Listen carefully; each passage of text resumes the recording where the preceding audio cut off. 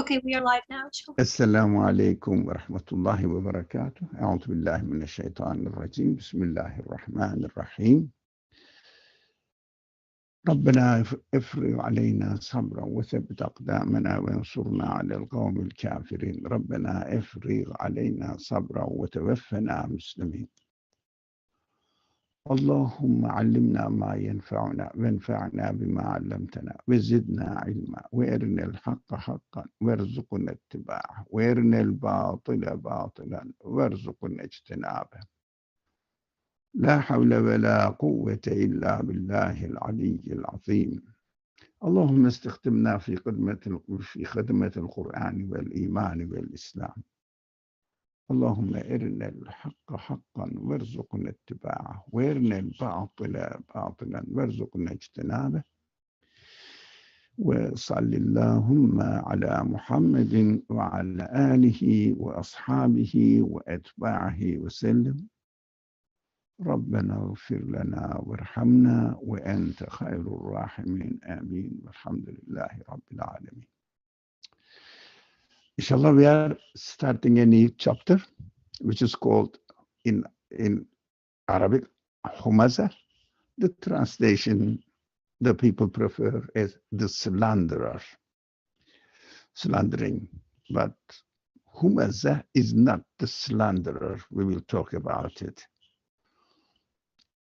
But first, introducing the chapter.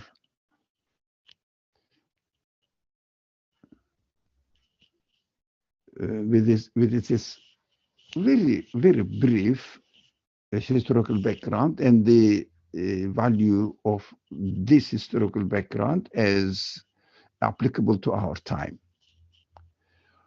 It is important to notice and to know that this chapter was revealed during the fourth year of the mission in Mecca, which means the Prophet has already declared his messengership and started delivering his message as much as he received from his creator.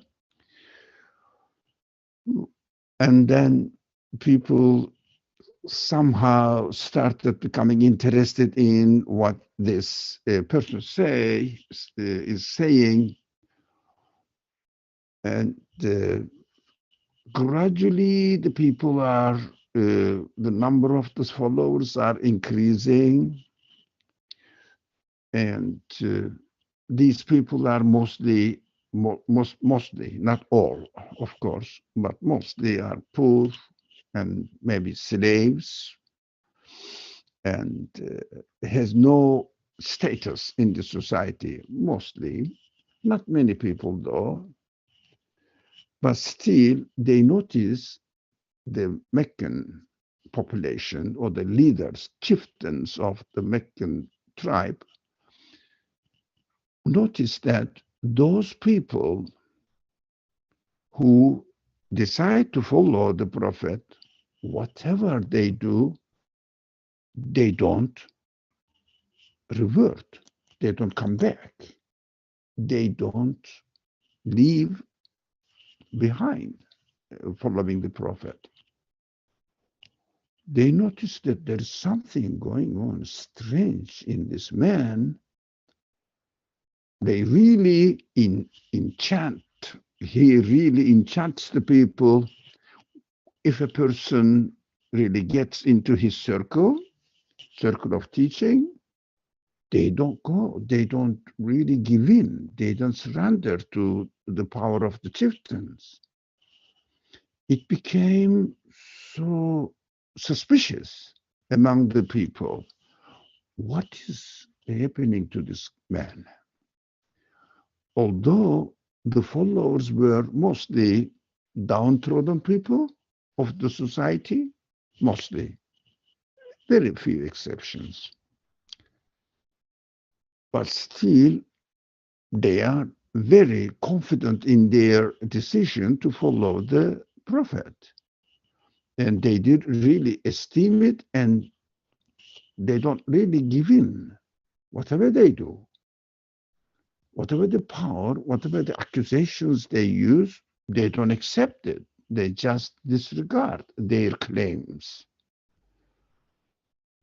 They make up lots of names for the messenger, like poet, sorcerer, obsessed by jinn, making false claims, and he's an ordinary man. He's not an angel. I mean, he is nobody in the society as far as the status is concerned.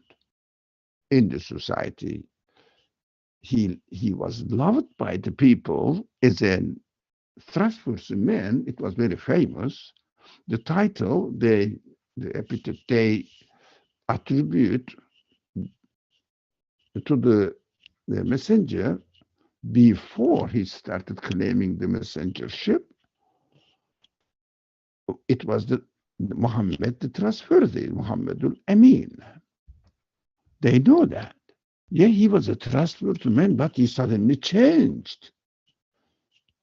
He is becoming slowly, not a serious threat yet, but he's becoming seriously a matter of concern.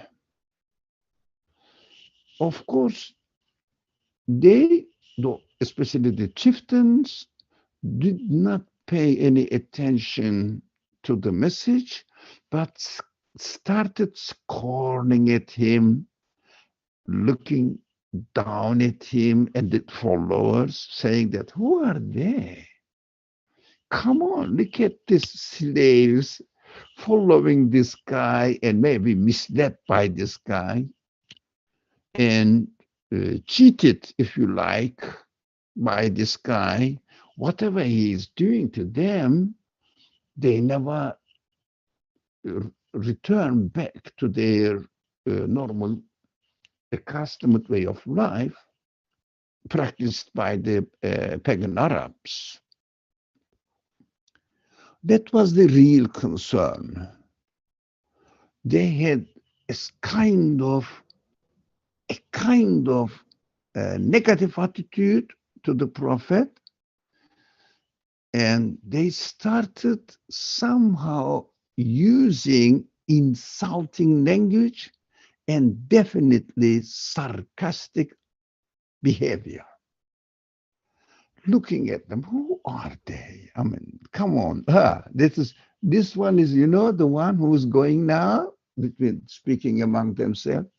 He is one of the followers of this funny guy, Muhammad, they say.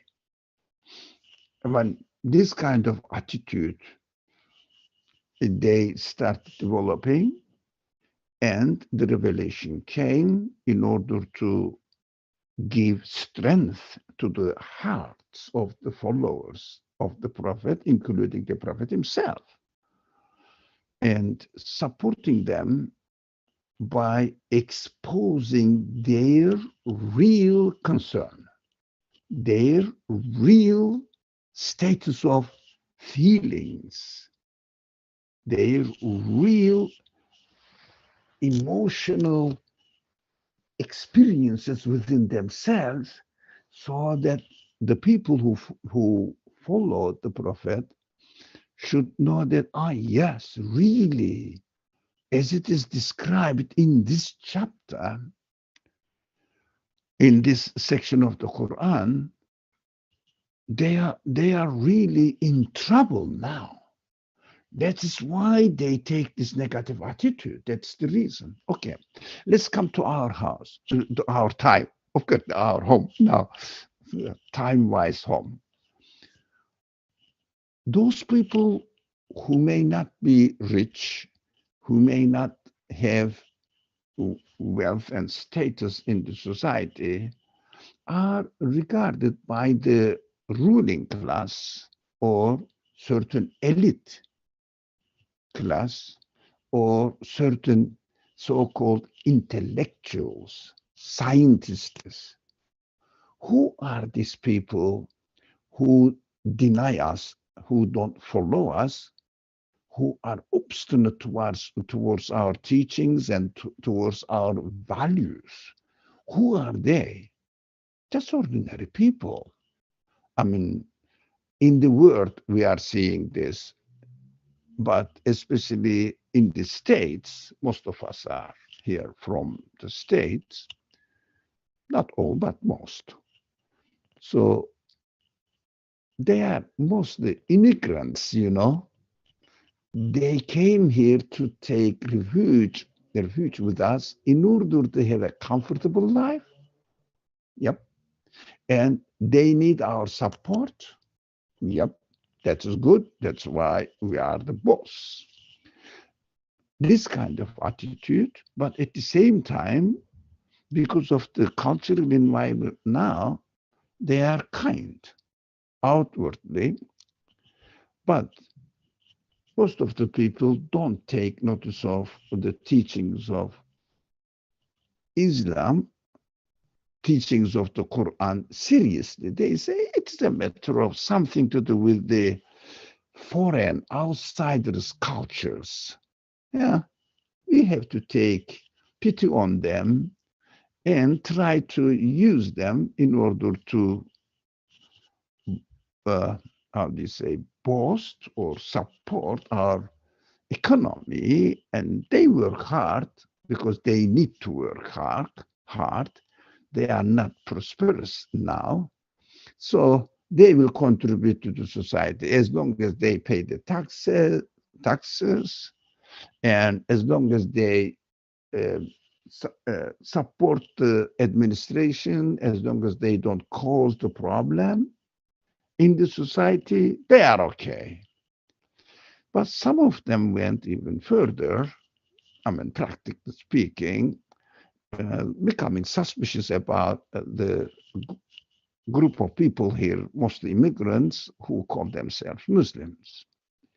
That is how the situation is. Not like the Meccan situation, surely, but what is a general, especially as it is compared from ideological point of view, from state of mind point of view, we can see that the same thing is happening here rather than this sarcastic treatment of the immigrants, but as a hunch, as a burden on them. We have to take care of these people, give free health insurance and give them job, etc. Although they are useful, but still it is a kind of burden on the society and also sense of competition.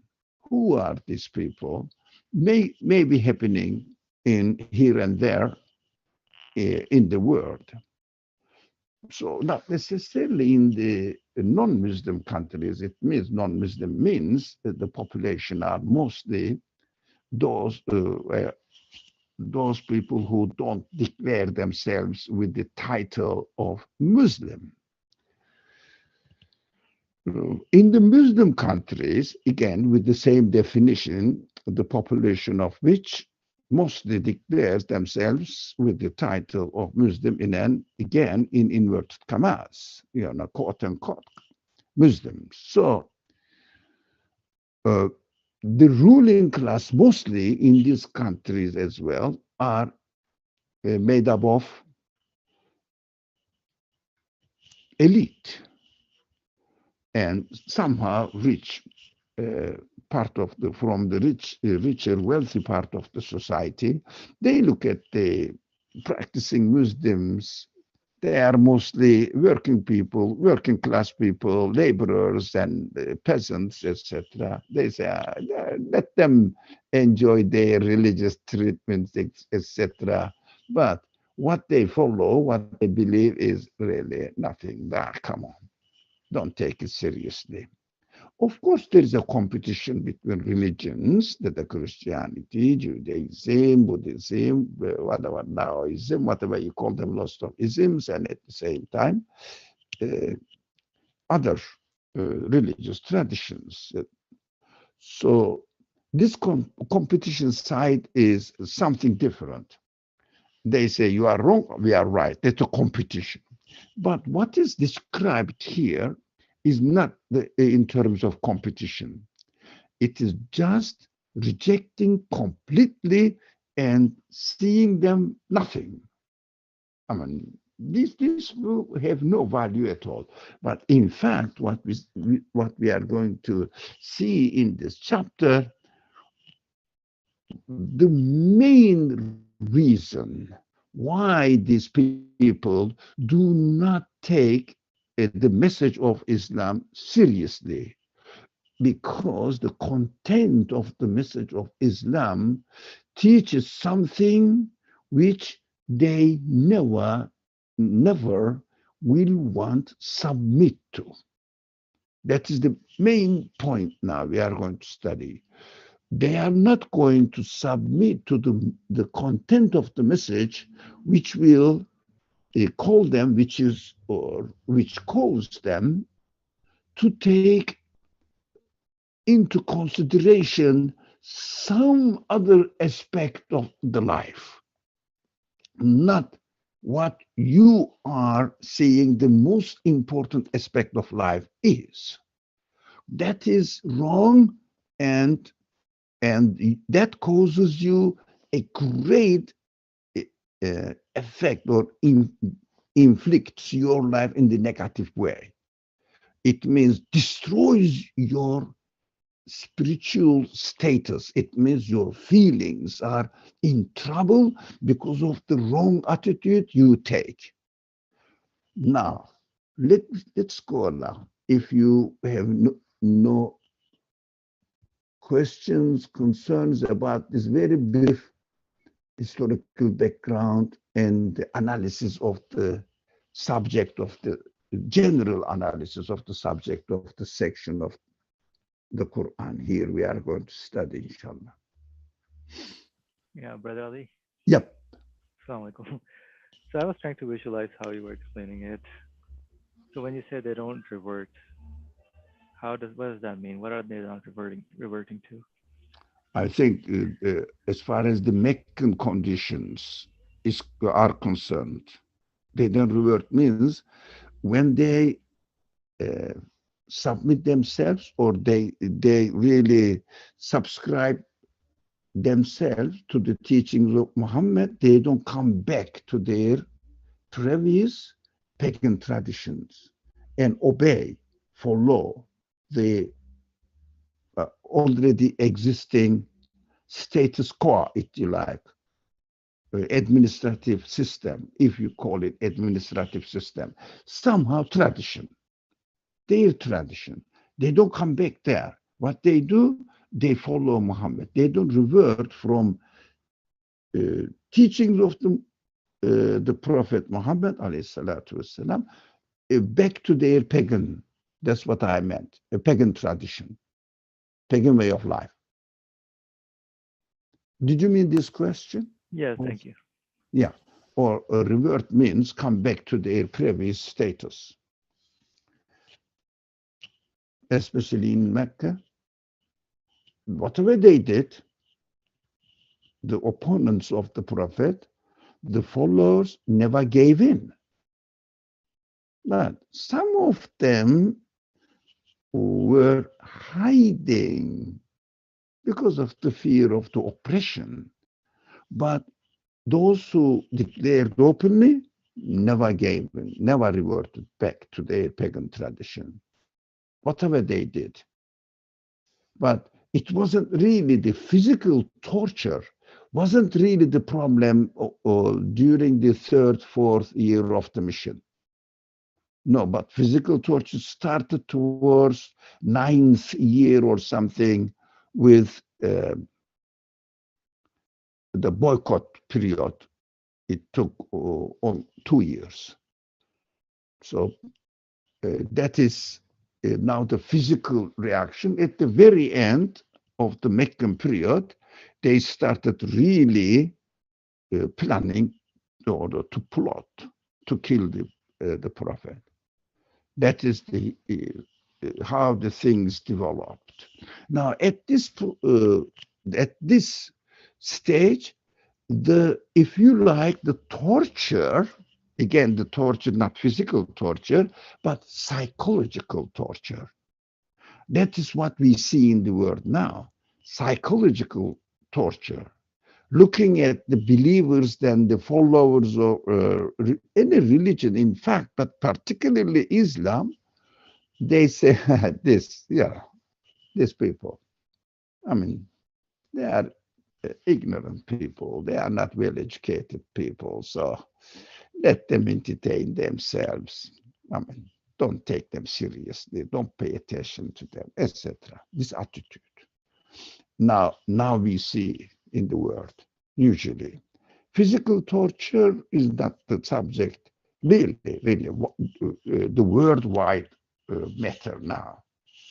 Local, I understand, expelling people from their inhabitants, their homes here and there, but worldwide culture is not taking the teachings of the Quran seriously. And just really, it is not worth considering it, this attitude. So we will see now. What does it say? وَيْلٌ لِكُلِّ هُمَزَةٍ لُمَزَةٍ. What does it mean? Now, wretched is every slanderer, backbiter. But the translation doesn't really uh, say this, what the original language says, because it is difficult to translate it, because the Quran doesn't say for those people who know Arabic. It's a very simple thing actually. وَيْلٌ لِكُلِّ حَمَّازٍ وَنَمَّازٍ. It means active participle. It means those who slander, those who backbite. Backbiter, slanderer. No, he says, really, in a noun form is preferred here and used here. Why? Because the matter is nothing to do with the people itself. Because what we have to take into consideration is the attitude. It is, if you like, slandering, backbiting itself, but whoever takes this attitude, assumes this attitude, is the slanderer and backbiter. Of course, it is hard to imagine abstract notion of slander, abstract notion of backbiter, unless it is practiced. No, so slandering, backbiting, abstract notions, unless it is put into practice, we understand, oh, this person is practicing slandering and backbiting. So we have to take a lesson from it that uh,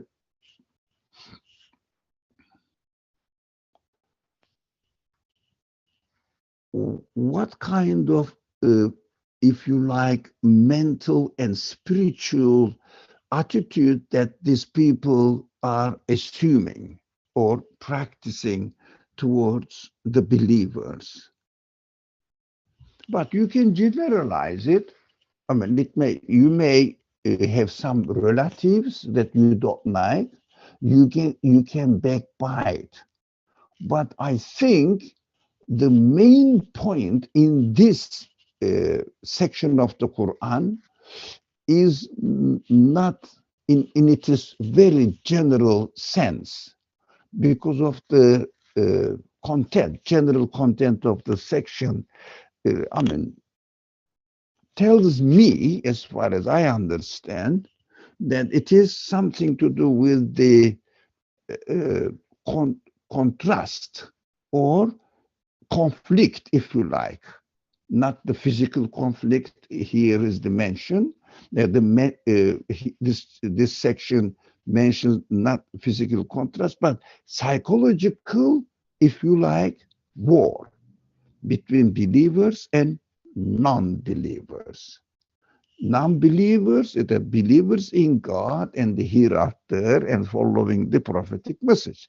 Non-believers who don't really believe in God, submit themselves to Him, don't believe in the hereafter at all, never believes in the messengership of any kind. Now, message, somebody has received the message from God, come on.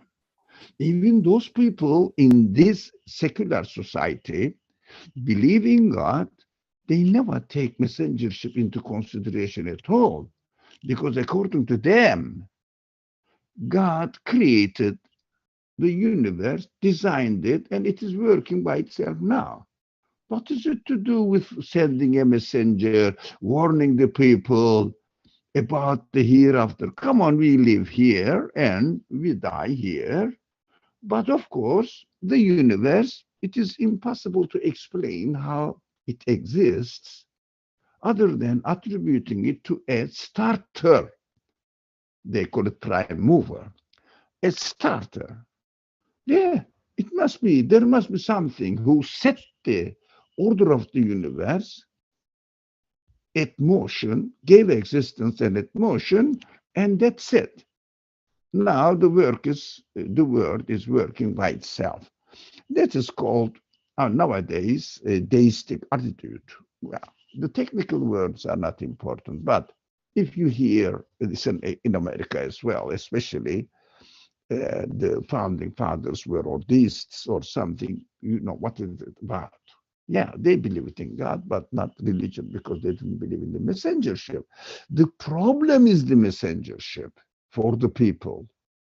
We have to be careful about this point as well, because we may believe in God and our hearts may be fully satisfied about believing God. Definitely there must be a creator.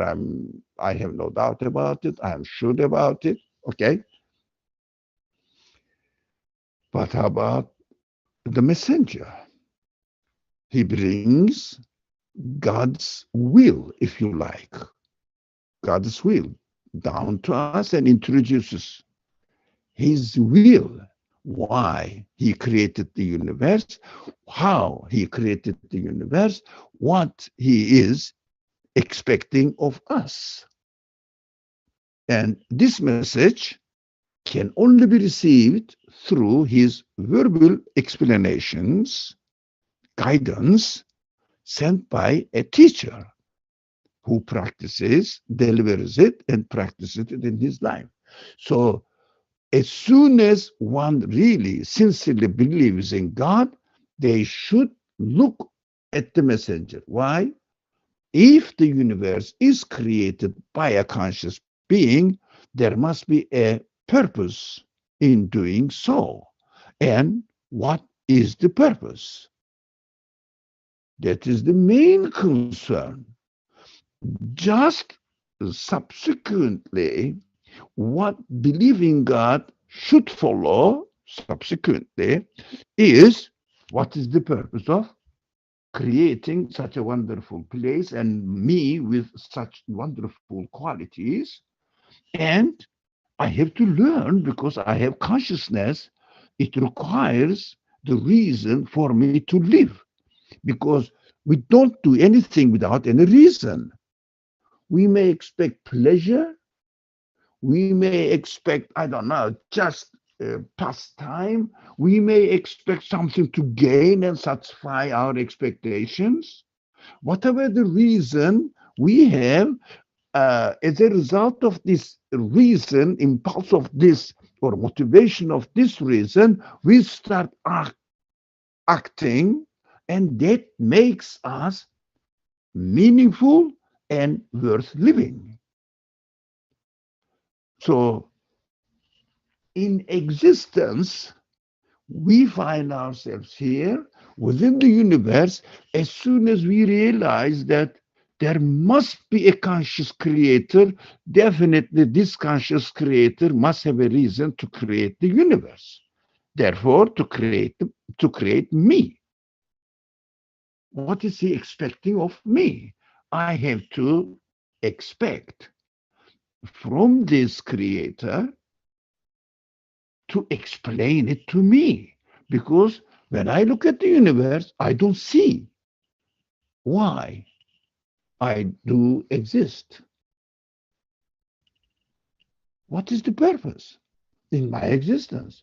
Full of enormous, I mean, magnificent, beautiful human qualities, feelings, uh, almost endless feelings we experience in this world within our own self. Do you think there is a conscious creator of this universe? There must be a conscious creator of this universe, and this universe will give all these qualities, and the consciousness question, why do I have this? And he will leave me alone without any guidance, any explanation. It is impossible to think of it whether you believe in a religion or not, but you have to look for it. There must be a guidance. Where is the guidance? Because I have feelings, my feelings somehow guess what is right, what is wrong, but they cannot know the purpose of my existence. Why do I exist?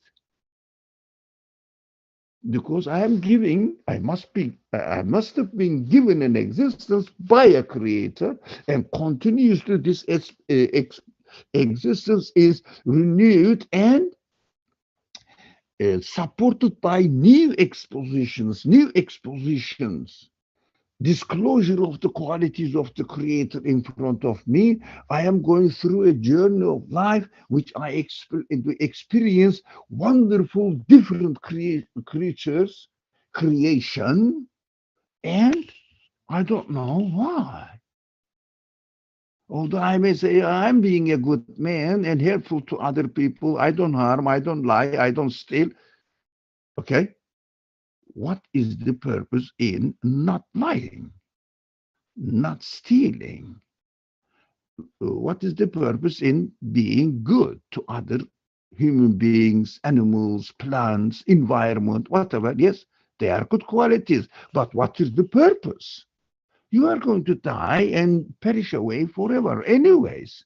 Even God created you, you don't know what will happen to you after you die without the clear explanation from the Creator. That's the problem for everyone to support, even those of us. For me, I don't know for you, but for me, this the main concern, main problem is not to submit myself to the guidance that the prophet represents to me in his practical life and transfer it into my conditions, life living conditions. Just taking the example of this person, because the conscious creator must give me a guidance which must be practical for me in terms of human life within the conditions of this universe. That is why it is extremely important to relate ourselves to the existence of a prophet, messenger employed by God, representing God's will, which will not contradict what I see in the universe, what I experience within my feelings. These are the very fundamental requirements of accepting and confirming the message and representation of the message by a person here on earth.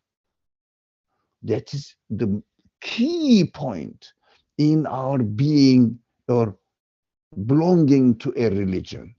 We have to be careful about it. Not only saying that Muhammad was a prophet, that's what they say. Oh, well, historically, he was a very nice man. Okay, there were there were many very nice people. Why Muhammad particularly? Because of the message he brought from the prophet, from the creator of the universe. So, what shall I do now with this guidance, I have to practice it. How? By following the guidance, by following the practices of the prophet. So we have to just adapt it into our life, the life of the prophet.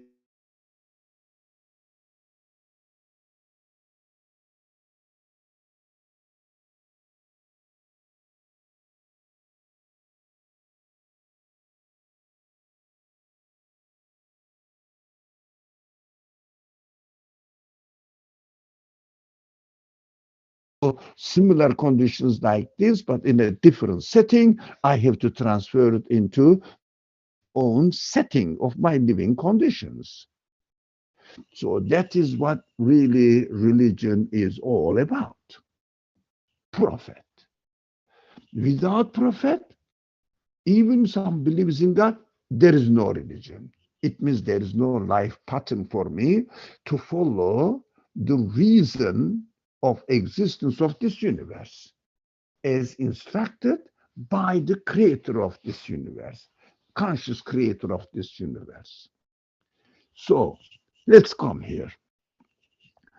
They know that uh, those people somehow feel confident in their following the prophet so that they don't give in, they don't revert, come back.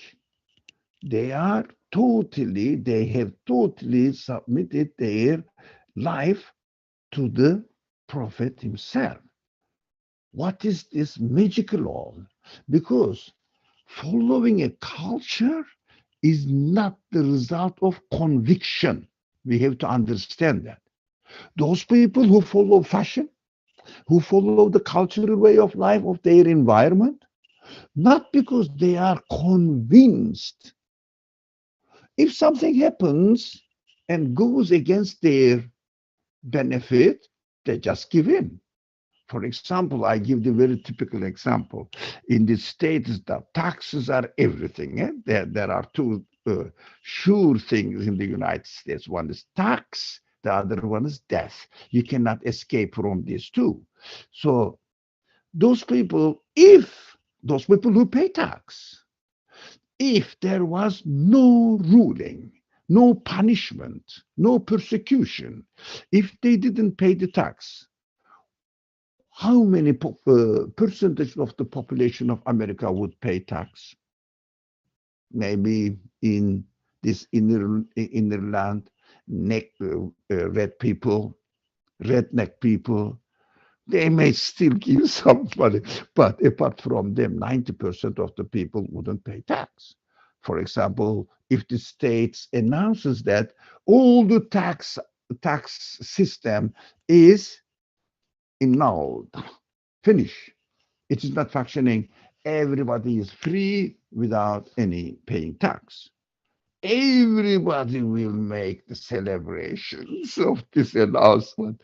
So almost everybody, of course, there may be some exceptional people worrying about the power of the state, so it is not going to be able to protect me and well, to our imaginary enemies, etc. But these are, media obsessed people.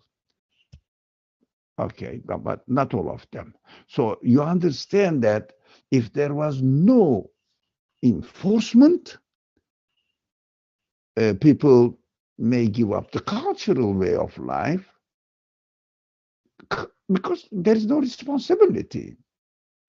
If, for example, everybody wears this style and something happens that I'm not going to follow this style today, they can do it. But those people who follow the message of the messenger, whatever the requirements of this message is, they never ever give up, but there is no enforcement on them. No power is used over them. If you don't do it, I will put you in prison. No, no, no. For example, even now, you and I pray.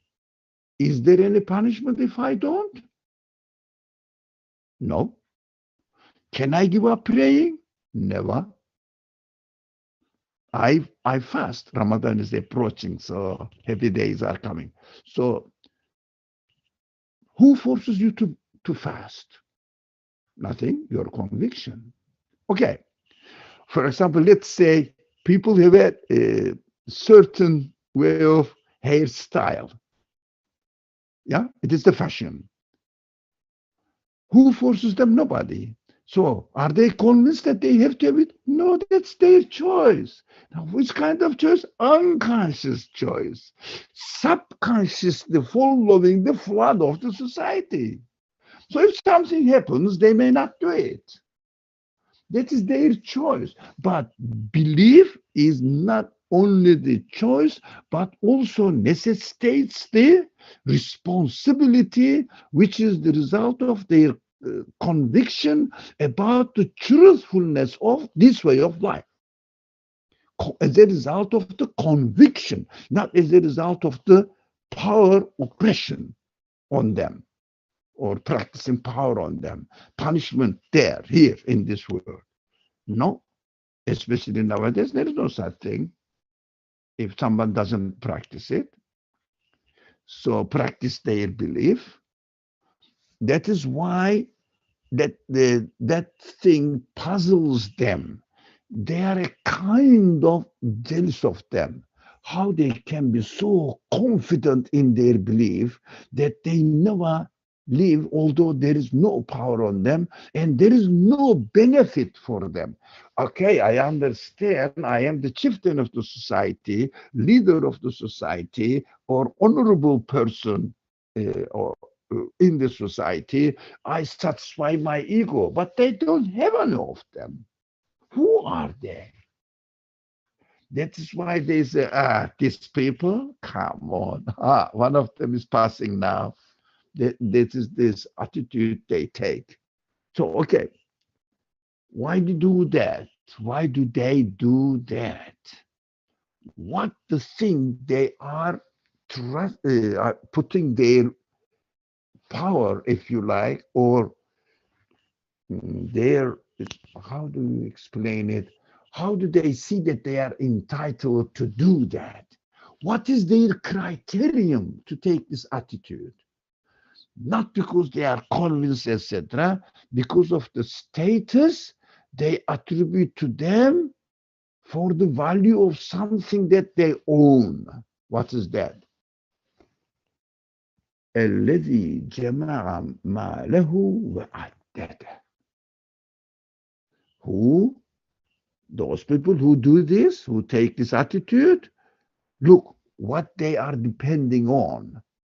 They amass those people who amass wealth and keep counting it at that, not only counts it as a safeguard. I mean, this is the translation as a safeguard.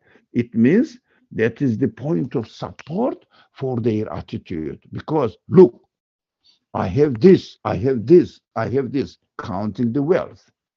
Keep counting it, keep mentioning it, keep being proud of it, bragging bragging because of this. So I am wealthy. I am elite. I am a cultured one. I have a high status in the society. I have CEO of a company status. So I'm the leader of somebody. How many people I employ? How many people work for me?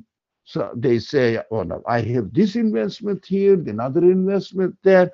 They keep counting on it in order to have the uh, feeling that he must be in a superior position.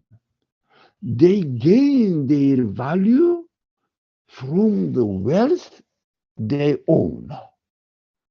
That is why they look down to those people, because they don't have these values, neither wealth nor status nor the ruling power.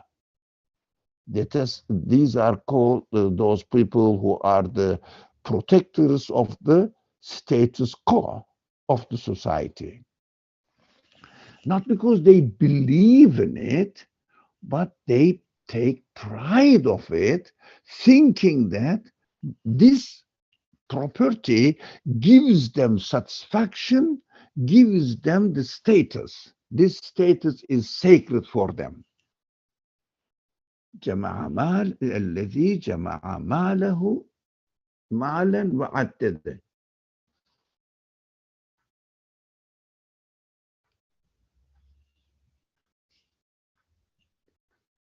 Now, do we have any questions so far? Doctor, I have a question. Okay, of course, go ahead. So earlier when you were speaking, you mentioned that the universe must be created by a conscious being. I understand that it makes sense. But when you say, and it must have a purpose, I don't see the exact logic. Like, I understand that it's better and meaningful and enriches my life if it has a purpose. But as a hard, like, in terms of just human reason, that it must have a purpose, why do you say it that way? Like, I'm not so sure why it must have a purpose.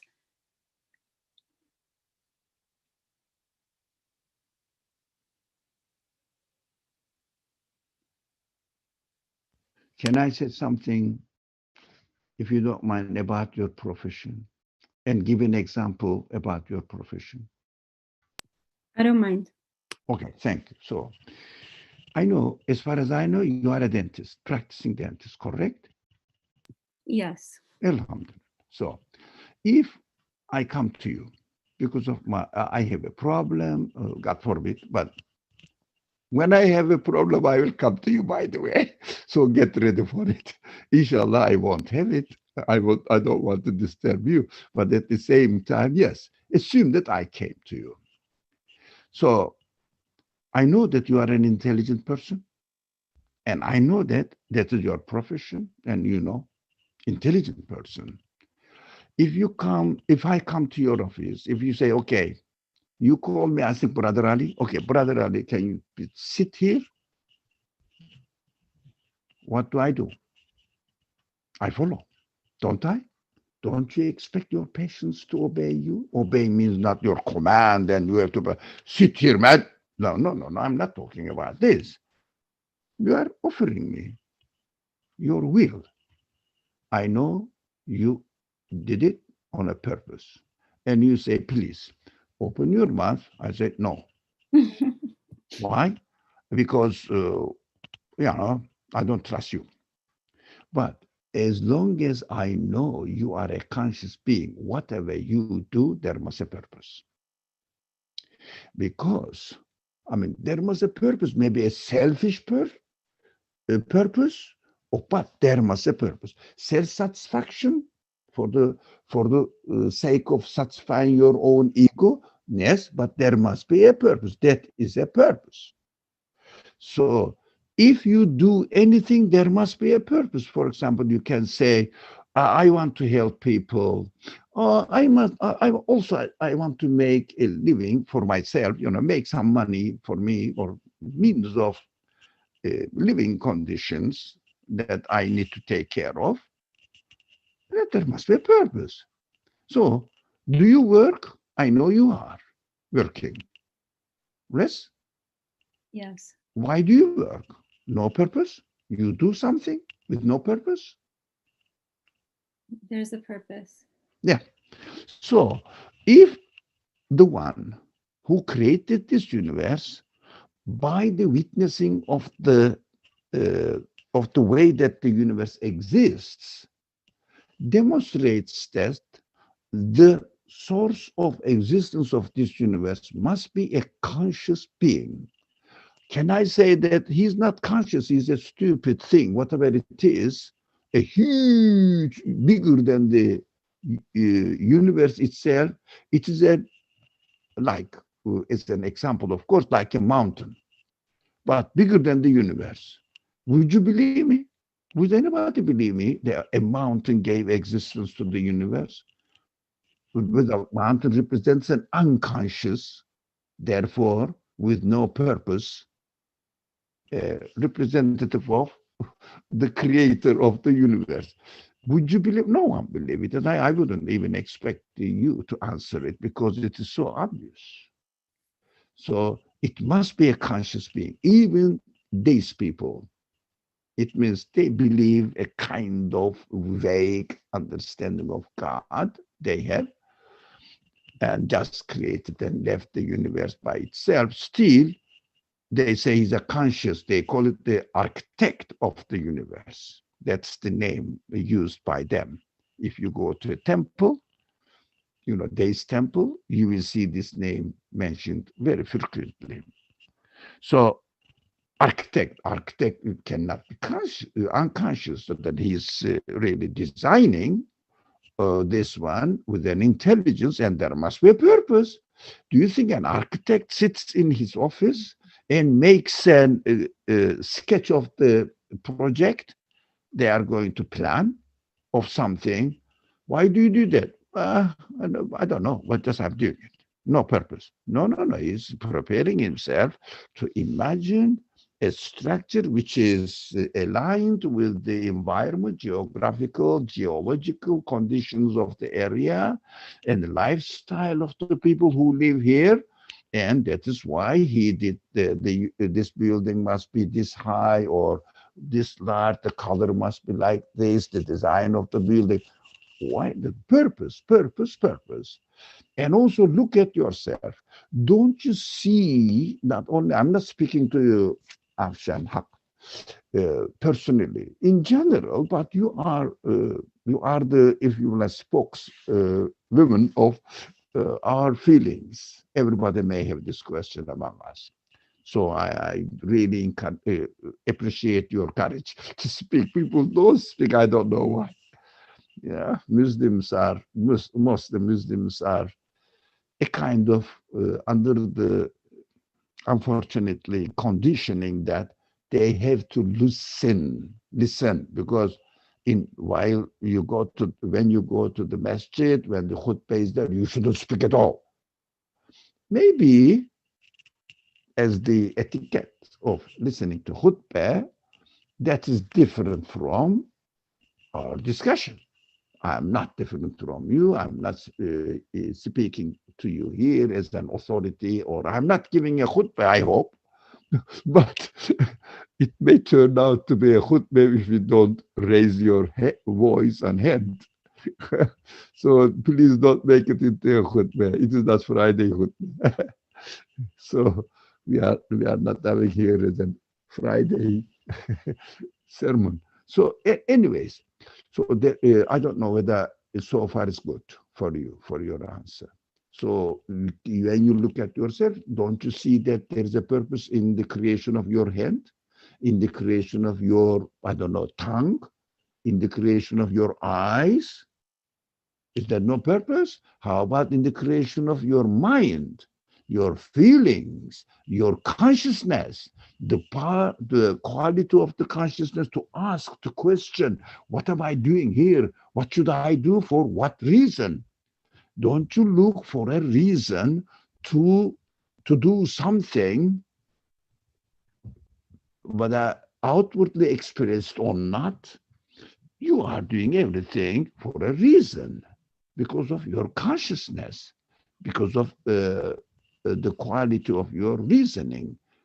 So these are given to you in order to extend this quality of your reasoning, your consciousness, to question the reason in the creation of this world. So he must explain his reason to me because I cannot read his mind. Mhm. Yeah. So it seems that the fact that the creator must be conscious, that means there must be a purpose. In other words, you gave the analogy of an architect versus a mountain. And the difference is that one is conscious and one is not. So therein, that's where you can conclude that there must be a purpose, because to be conscious is to have meaning. Did I get it? Perfectly. Thank you very much. I appreciate your response and summarizing what I was trying to say with the proper way. Thank you. I'm scattering the words here and there. Thank you very much. You do it always. Please. Thank you.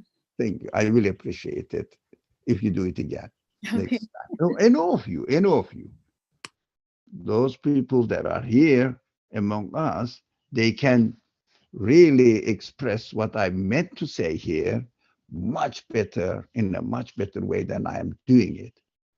You know, I'm scattering the words here and there. My broken English language makes it even more colorful, if you don't mind. So I don't mind. That is what I am. I'm not going to uh, make myself feel embarrassed because of my language. Then it will be an obstacle for my, I mean, what I want to say.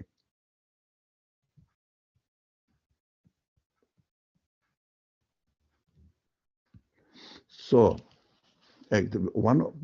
one chat says interesting. There is a here, as Muhammad said, some of the Sahabe had a lot of wealth too. Having wealth is nothing to do with it. Having or not having any wealth, it has nothing to do with our subject. Why? Because, um, okay, because uh, this counting, keep counting on it, and because of the wealth, they feel that they are superior position. They are the elite of the position, nobles of the elite of the people, nobles of the people. They have the right to say something. They have the right. That's what they think because of the wealth or status, or this wealth doesn't have to be in the form of money, in the form of property. This wealth may be in the form of knowledge, in the form of, for example, those people in that particular society who were able to say poets. It means the poems. They really make beautiful, right? Or how do you say? Um, compose beautiful poem. They were feeling superior over everybody else. It was very difficult for them to support the message of the prophet. Why? Because they said what he is doing here, if you really read these four verses, for example, in the screen, if you know a little bit Arabic, you get amazed power of poem.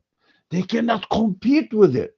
They were jealous because these the early revelations, especially early chapters of the Quran, is so poetic, so powerful poetic that no one could challenge it.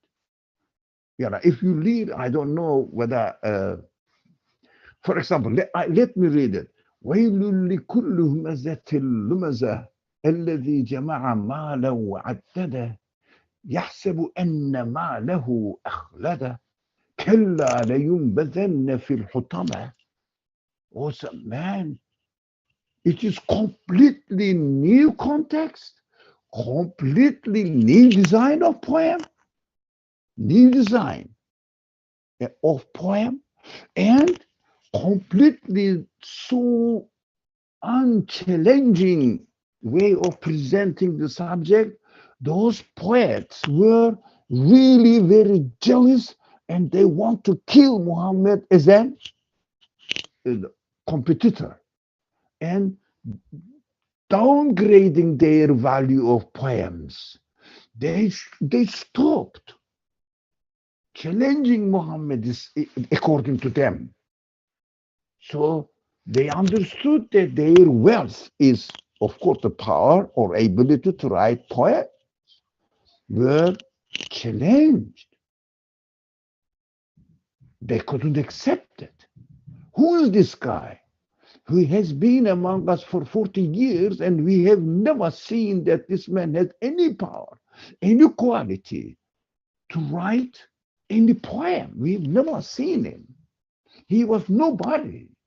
How he came up with a poem, according to them, of course, which really put all our uh, poems down on the ground.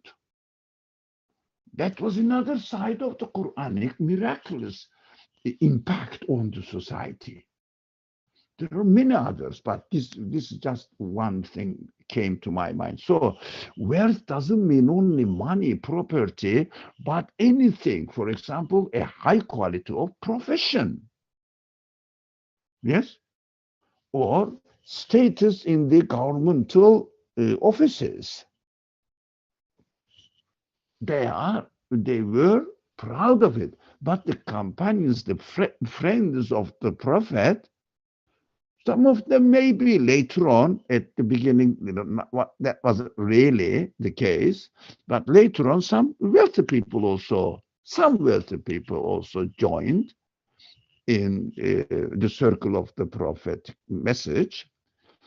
So what they did, were they really attributing value, especially ethical value, to their property? No, they were distributing it. First of all, Muhammad's wife herself was a rich woman. What she did,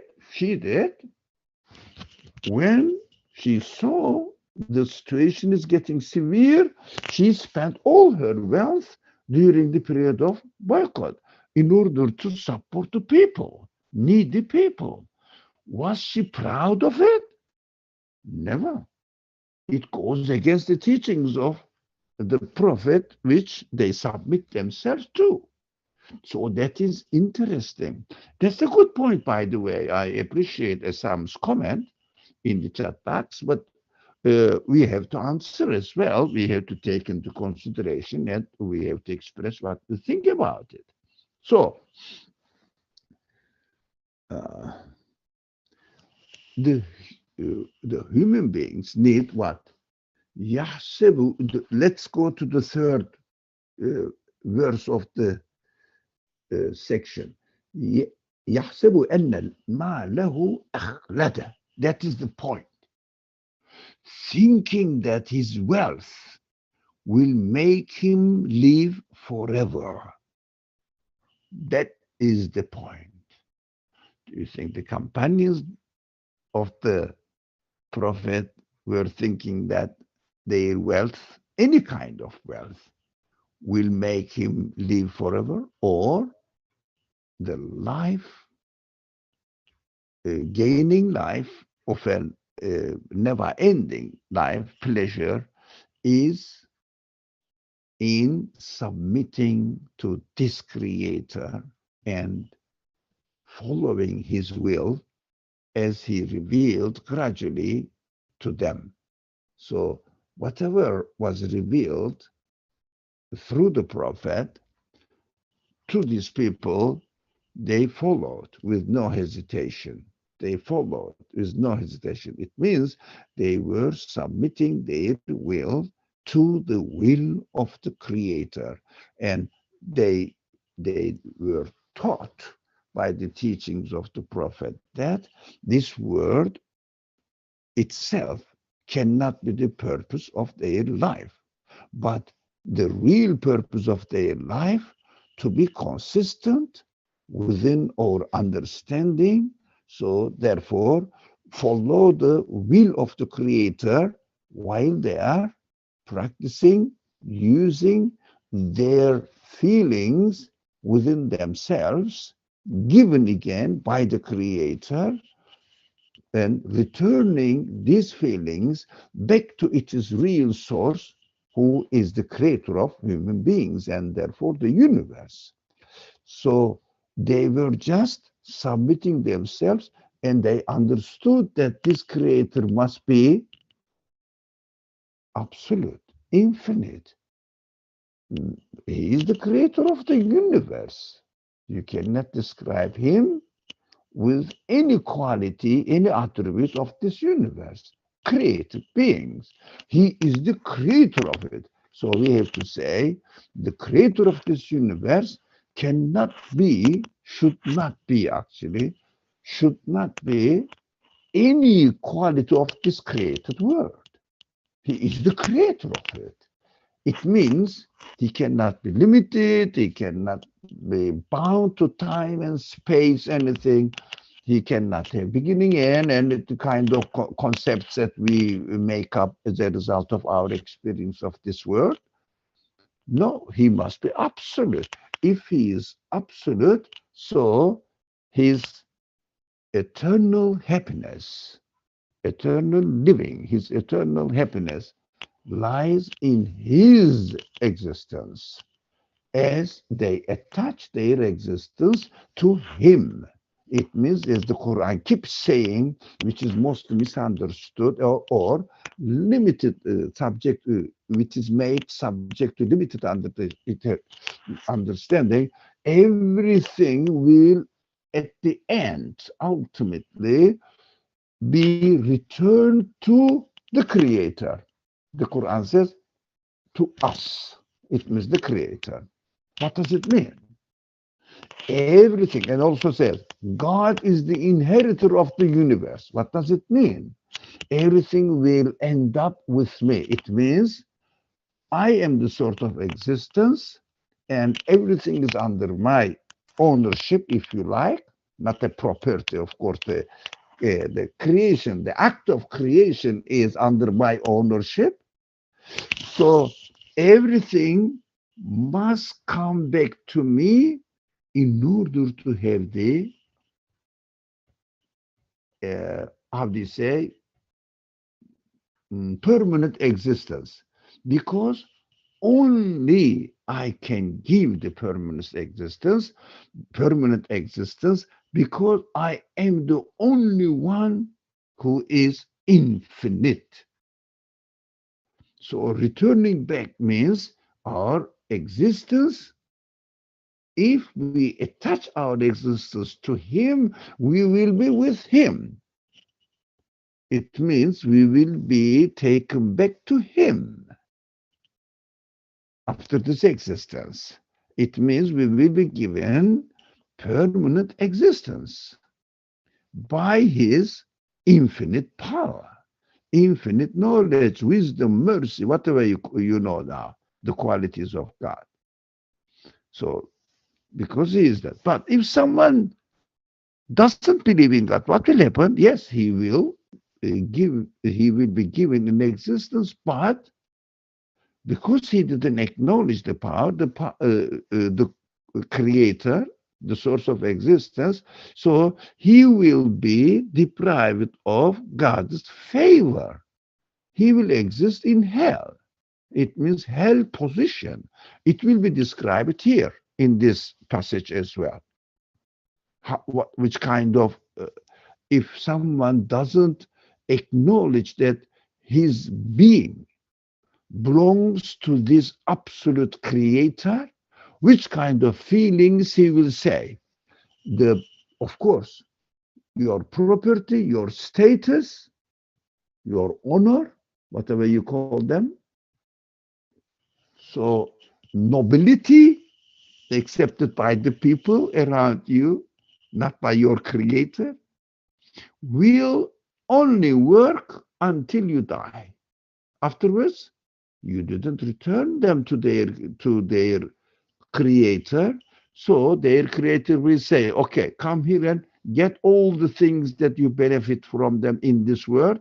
Permanently, you will be deprived of the benefit of these, if you like, uh, gifts, bounties presented to you by your creator. Now, temporarily enjoy it until you die. But they think as if this property is going to go into permanent existence forever. This is just an imagination. The property you have has no power, nothing. For example, if let me give you an example. I have a wonderful house. Okay, Do you think the house is going to give me permanent pleasure, satisfaction, permanently? Just I live in it until I die. That's it temporarily. Because I didn't acknowledge the its creator and say that this is your present, your gift to me. So please, you give me the permanent pleasure because you are the source of pleasure, not the house itself. It is a permanent state, place that I live in it until I die. That's it. This acknowledgement is extremely important. They thought that the satisfaction comes from the property itself. Now, we can only entertain the temporary pleasure in this world, but of course, we don't think that these everything we have is given to us as a place where we use or as a thing when we benefit from temporarily, but our feelings desire eternal happiness, satisfaction. Can they give us? No.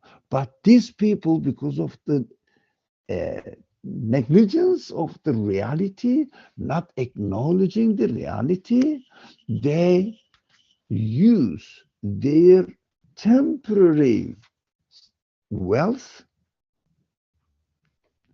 as a support of their living, their life, their existence. I have value because of the wealth. But the teachings of the Quran says you have value if you acknowledge that this wealth is given to you by an absolute being. That is the main difference between believer and unbeliever. So, do they really not know that this property is temporary? Their existence is temporary in this world because they don't acknowledge the eternity. So, their wealth is temporary and they want permanent satisfaction, but they don't get it. They cannot get it. That is the contradiction they are experiencing in their life. So, verse 4 comes into just on the line of thinking, comes into the picture, if you like. كلا لينبذن في الحطمة. Never, definitely not. He will be thrown, and how do you say? I don't know the word. Pushed into, if you like, pushed into the hutame, very crushing, hurting, depressing position. Hutame. What does it mean?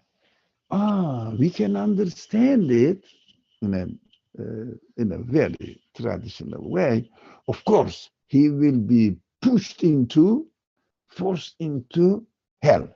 No, that's correct.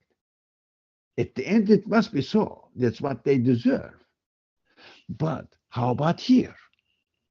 So we have to see whether it is really true in my experience in this world so that I can confirm that after I die, my absolute eternal creator will do this if I don't acknowledge him. And if I acknowledge him, not in the hutama, but in eternal blessings or bliss. Now, for these people, describing these people who really down look at the people who follow the message as who are they? They are the very downtrodden people in the world. Come on, they have no value. Uh, But how about you? Because I am rich in many senses of the wealth, but which kind of wealth? Everything. Property maybe, status maybe, family fame maybe, whatever. So your title maybe, your information, accumulation of information. It means you are an intelligent person. You have accumulated lots of knowledge. So you are a learned man. Okay, okay. What will happen to you? You will die, and they will live you. You will live them. That's it. End of everything. But before you die, what happens?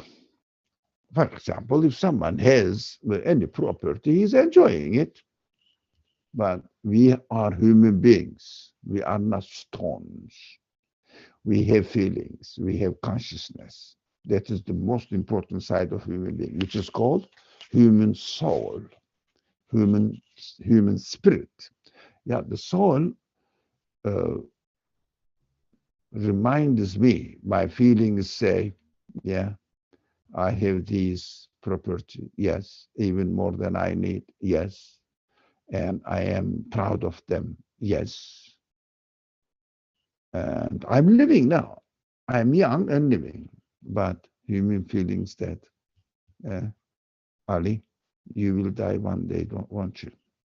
Is there any escape from it? You will get old, won't you? You will just need need to be taken care of by other people. You will be totally dependent on it. You have wealth, but you won't be able to use the wealth. You won't be able to eat everything. We have dietary restrictions. Yeah, you will have, won't you? Yeah, some point I see many people in front of me. Hmm, they are experiencing it. I am young, but there are lots of, for example, I have a neighbor from China who is almost 100 years old.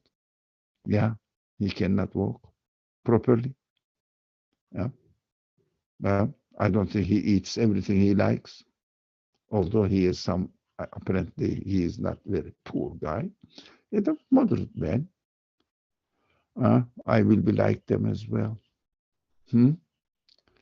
What happens from my inside? I enjoy it, but I know it is going to be taken away from me.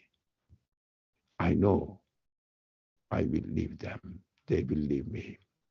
They are not loyal friends. They are not loyal protectors. This is just a temporary, false source of satisfaction. Do I have this feeling? Impossible not to have it. If you don't believe in God, if you don't submit your existence to an eternal being, that is inevitable. You try to forget it. You really leave yourself, give up yourself to your work, make more and more and more money or status, higher and higher status, go upgrade it in their, if you like, the professional echelon, up and up and up. Okay, don't you know they are all temporary? They are all temporary. If you have a, if you love cars, okay, some people really love new, the last model cars, okay, but I don't think it is something wrong with it, depending on which attitude we take towards the best opportunities here. So, in and of itself, loving car is not evil. So this person loves car and knows that time will come, which is unknown, this car is going to crash. And well, get involved into an accident, and maybe he will die in it. He knows it, sure, as we know that surely we are going to die. And he's driving the car and he's enjoying it. But don't think about yourself in this position. Please think about yourself. It is wonderful. It is really strong. It seems to be working perfectly. Yeah, that's correct. But I don't know when. I am absolutely sure we are going to crash into an accident and car will be destroyed and I will die in it. How much trust you can put yourself into your car? That is hutame. That feeling is hutame, which is translated here as the crusher. Whatever it is, something very, very dramatic end. Yeah. Let's say you are watching a movie, and in the movie, a young boy and a young girl love each other, and then they just get engaged, and in a while they are having their wedding celebrations. Everybody is around them, applauding them, congratulating them, absolutely happy. Then somebody comes there. Okay, you are happy, wonderful, but never forget, one day you will kill each other. What? Do you think my wife is going to kill me? Yeah. And also turns to his to wife. Yes, your husband is going to kill you together. Why? As we die, and as far as we're concerned, our properties, our values, our everything, wealth, will die as well. As far as I'm concerned, they will stay there. None of my business. We both are dead now, as far as I am concerned, when I die. So, how do you think this couple, happy couple, will look at each other and hug each other, love each other? How much possible for them? I can imagine feeling this. I will hate this man who reminded me this. That is why those people who don't want to submit themselves to the truth hate the messengers, because he comes and says, if you don't submit yourself, and if you take pride of your wealth, your whatever the status you assign to yourself, will kill you, you will kill that together. You will be both murderers each other if you don't accept the Creator. Do you think I can love this man? I can support this man if I am obstinate not to submit myself to my Creator, not to admit that I have a Creator and I have to follow His will? That's what I am. That's why I am here. Of course, I will hate this man. If you want to practice this very simply, if you go to a wedding celebrations, your cousin is getting married, all right? Your cousin is getting married, right? Hey, we have 3 minutes, eh? Okay. Okay, because most of the people in New York need to pray Maghrib. We haven't. So, inshallah, we have to be respectful of those people's feelings and need. Okay, I have to be respectful. So, I'll just wrap up, inshallah. Let me see what is in the chat. That's good. Okay. Now, in these wedding celebrations, you come there with a serious.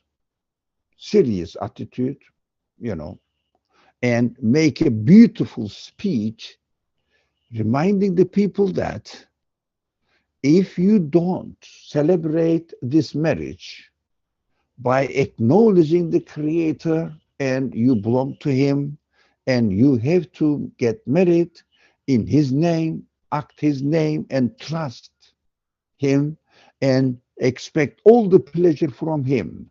If you expect pleasure from each other, wife and husband, and your other here, the people around you, spectators here, there, you will all, we will die. Think of this world, this town, 100 years ago. Most of the buildings belonged to them. Most of the wedding celebrations they had also. Where are they now? They all are dead. What do you think the people there in the wedding celebrations will tell you?